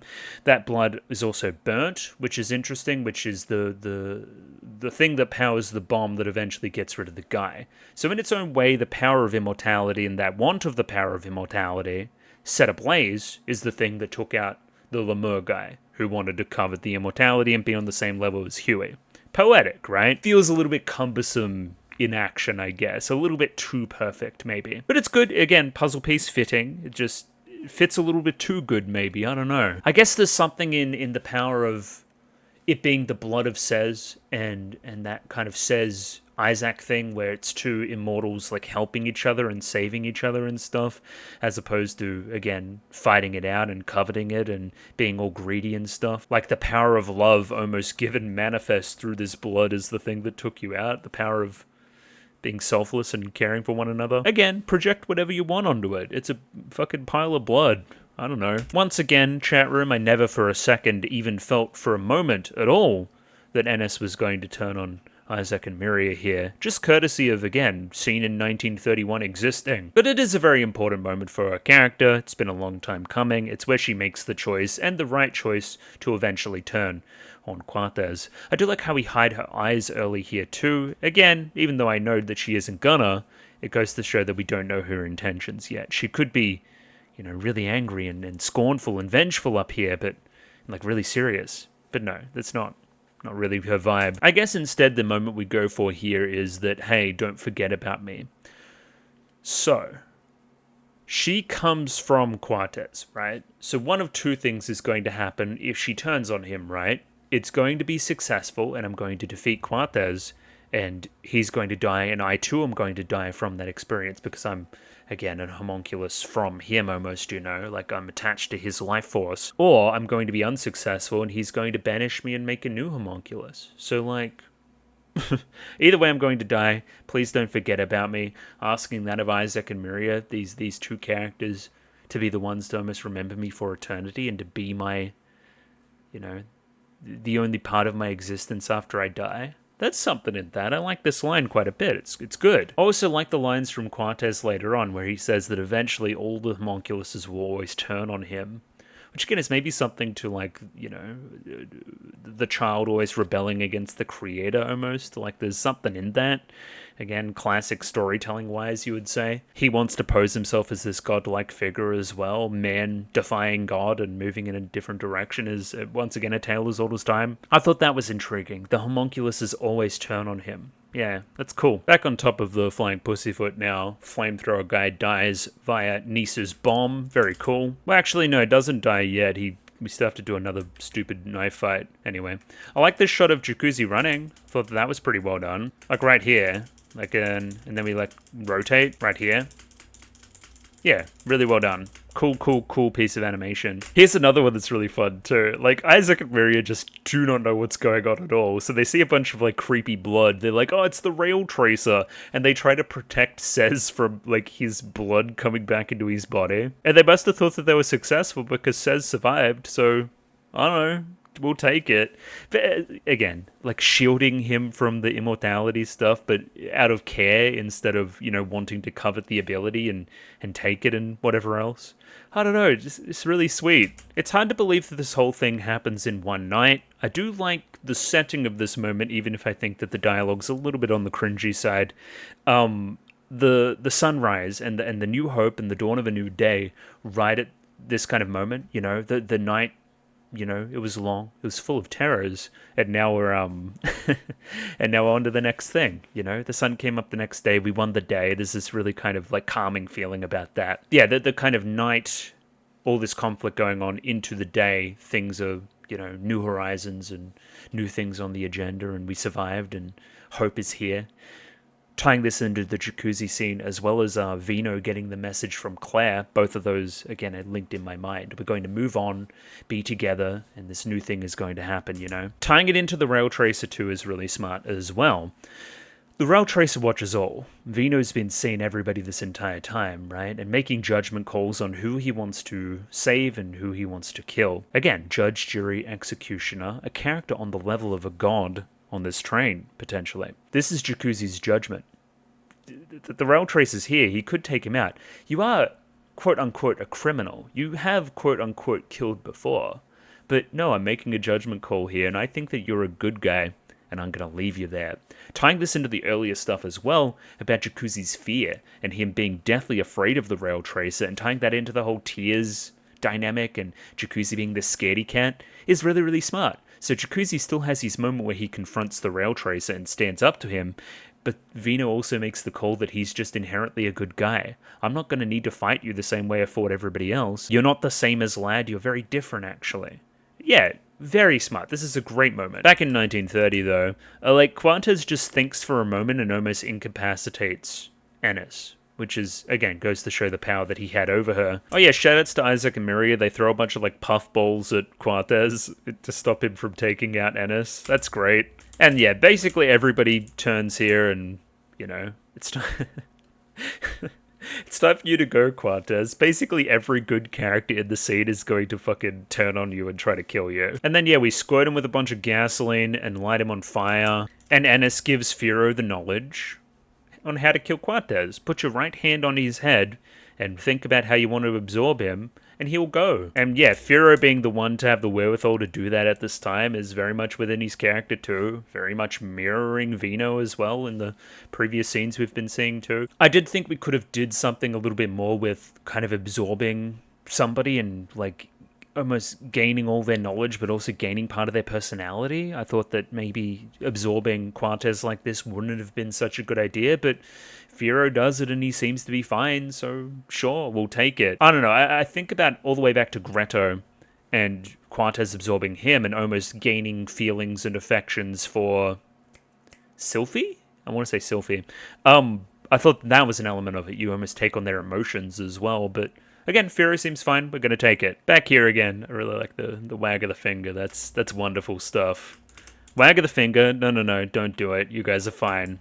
I'll see you later. Or maybe just a little scold on him too, because again, you're still a criminal. You still kill people and stuff, but you're one of the good ones. So you've been a naughty boy, just wagging the finger a little bit, but none of the punishment that comes with it. And now it's the Sez Power Hour where we're going to, finish his arc. He's going to learn the strength of human kindness and whatever else from Isaac. Again, the most, the goodest character in the show, the bestest on the kind of morality scale, which is funny because he's this master thief as well. It's a really fun dichotomy of the character. But yeah, it's all very sweet, tugs at the heartstrings. Sez thought that you were going to reach out your hand and absorb Sez. That's all he's ever known, and instead I'm just glad you're alive. I'm glad you continue to exist. I don't want to covet your existence. I want to perpetuate it. It's the exact opposite. He's a good guy, damn it. It's very fun that we make up this little story about the rail tracer as well, that he is making judgment calls on the morality of good little boys and girls, because that's also kind of what he's doing. So in a weird roundabout way,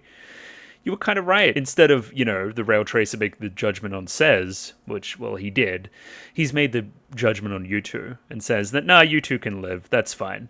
Yeah, so it's part of the reason why you are still here, not still being tortured on the side of the train. Says also confesses about his story about seeing family in New York was incorrect. He was actually just going to go see an acquaintance, that being Miser, which we later learned that he was going to go see Miser to absorb him, to try to kill him. And yeah, confessing to being a bad boy, almost like, these are my two parents, and I'm like, confessing the bad thing that I did to them. But we still love you anyway, little guy. We always find a way to, make you feel better about everything, I love that line there as well. Buria's like, you can always rest easy when Isaac's in charge. No, you can't. And yeah, very pointedly, once again, that hand on the face, not on the forehead, not the right hand, just, again, care instead of selfishness, that whole selfless, selfish dichotomy which permeates throughout the, all of the show, like, it's here to see once again. In thinking about that, the 1932 stuff ties into that as well, because there's so much stuff about God. There's so much stuff about this higher power and judgment and salvation and greed versus, selflessness and everything through the lens of that too. And that kind of coming to Eve, who ultimately makes a selfless decision, to save Dallas even once again, to be his salvation in a weird way. That's very pointed too. Even characters through the eyes of another, through their relationships with another person, can be redeemed in time. Like it's a very, very feel-good show from a moral perspective. Everybody, except the, certain few, can always be redeemed. Some fly a little bit too close to the sun, a little bit too evil, right? But maybe death is its own reward in that way as well. I'm talking characters like Fame, like Cortez, like, whoever else that died. Lots of characters died. They didn't hold the right moral values, and again, that judgment there's, according. But we could still redeem a lot of people too. It just makes you feel real good. Even at this juncture too, Ennis is still almost seeking some eternity in this. She's like, hey, just absorb me right now so I can continue to exist, my thoughts and feelings within another person once again, Almost in a weird way, submitting? Like saying that, hey, no, you're almost on the same level as Cortez now. You're also my boss. Like, not considering for a moment that Firo would never make that decision. And yeah, Firo discovering after absorbing Cortez that he has the power to just save Ennis like that. It's, yeah, like, I don't know, morally good bloke again. Like, absolutely. I guess the other connection between Sez and Ennis are these characters that have been touched by the lives of Isaac and Miria. Again, the motivation behind me wanting to stay alive at this juncture is wanting to tell Isaac and Miria more stuff. Maybe it's only natural that Sez and Ennis are together by the end. I don't know, there's something in that, I guess. I do love the moment, and we'll get there, but like Isaac and Miria saying that, hey, here's your gift, Ennis. We got you a boy. We got you an immortal boy. His name's Sez. Hope you like him. Like, that's just a great setup payoff thing to like the first time we see Isaac Miria, like that's just wonderful. And I guess I was feeling this a little bit. There's a there's a Firo Ennis little romance thing going on, right? He asks Ennis's name, even though he already knew it. He just wanted to hear her say it. Ooh, how smooth, how suave. And we get like a little blush here, kinda. So like, there's something going on there. The boys are wooing it. And the boys over this side too, absolutely, 100%. So sure, I don't know. Those two, why not? In the long list of like weird 11th hour couples in this show, sure, why not? Throw it in. Fuck it. So now that we've seen the conclusion to, I guess, the 1930s stuff, right? Where Dallas was a big part of everything going on there with Cortez and whatever else, right? It's now natural to go back to 1932 and pay off on the whole, what was he doing during that time? He's been encased in concrete, perpetually drowning.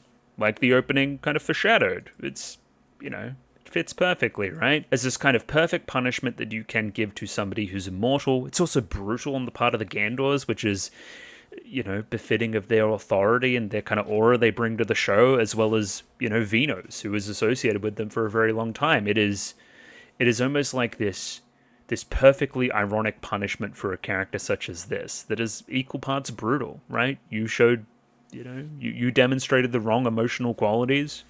You get the appropriate punishment where judge, jury, and execution are there. But there is still always salvation. Remember that too. It really does feel like, in a lot of ways, Chapter 1, it feels like a proper conclusion, but it also feels like the first chapter of a larger story. I do want to see the Dallas stuff continued, right? With the Runeradas and the lab and the investigation, then the, relationship growing again with Eve, right? I was the one that saved you from whatever else is going on. That must lead to some kind of redemption arc. You would have to think so. I would want to see that. Are the novels translated, chat? I would imagine so. I would like to read them. I think that'd be swell. As is the ironic nature of the punishment for an immortal person as well. If you're going to be stuck at the bottom of the Hudson River for eternity, perpetually, reviving and dying and drowning and reviving and dying and drowning, here's a set of playing cards to play with as well. That's just terrible. Once again, the opening. Once again, Dallas, perpetually drowning, encased in concrete, surrounded by playing cards, which eventually turned into, Sez and Isaac and Miria and the Joker and whatever else. I know, the opening's got some foreshadowing there for sure. So obviously Eve is shocked. That sucks. My brother's been tortured for years now. But the Gandals are still like, we offer the condolences, but we do not rescind it. We're not going to save him. We're still going to do what we did, and we stand by it. We're just sorry that it had to happen to you. Again, he kind of fucking stands on business. He's very principled and full of authority and stuff, is like Gandor. Very likable in that way. I don't know. He's very straightforward, but he's cool. But anyway, Runarada Don guy, he's like, hey, I still want to study this immortality thing. Dallas is a good subject. We're going to go get him, right, and take him to the lab and stuff. We'll allow you to see him. Is that okay, Eve? And as long as they're going to bring him back in some regard, Eve's going to take it. Again, we always look for that opportunity, man, to save yourself and try again and make things the way they were before. This is where this guy's kind of baller too. He kind of mirrors Locke as again, a character with authority that knows how to play the game. And, always keeps like a steady hand, doesn't overplay it. Because the Daily Days there are very quick to remind Eve that these are the people that also killed your other brother and your father. Are you sure you want to associate with them? And this guy's like, I don't know, I didn't mean to. It was fucking that guy there. And then shoots Gustavo, like, straight away. Like, does that answer your question? Like, that's how devoted we are here to, instead of Gustavo, Dallas was the key, We're sick of this guy's bullshit, essentially. I guess it's nice to see that fucking chuckle fuck die, too. It's pretty brutal, though. Very efficient. And yeah, Eve very quick to tie it into religion. I've kind of talked about that already. Whoever is kind of posing as God and revering God and, showing fealty and praying and, being selfless, selfish, blah, blah, blah, blah. All that stuff is tied in here very well, in my opinion. Dallas thought he could play God, thought he was, above it all. He's not. He's been down in hell of the river bottom for so very long. Let's save him up out of that purgatory and bring him back and give him another chance. Right towards the end now, we have Isaac and Miria seeing everybody once again. That scene we saw in episode 1. As well as Sez is here, accompanied by Isaac and Miria. Misa sees this, gives him a bit of a smile. And yeah, hey, Ennis, have this boy. I don't know.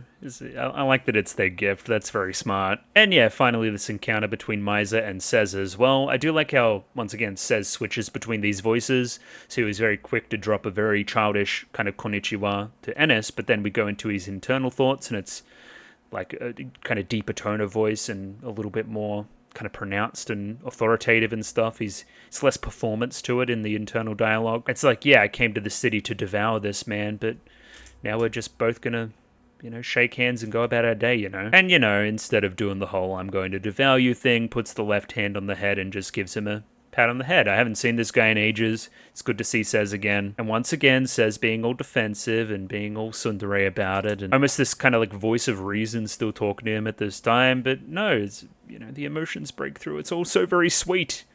It's all very sweet. I don't know. They do good by him. These characters known each other for like fucking ages. It's always the way it has been the entire time.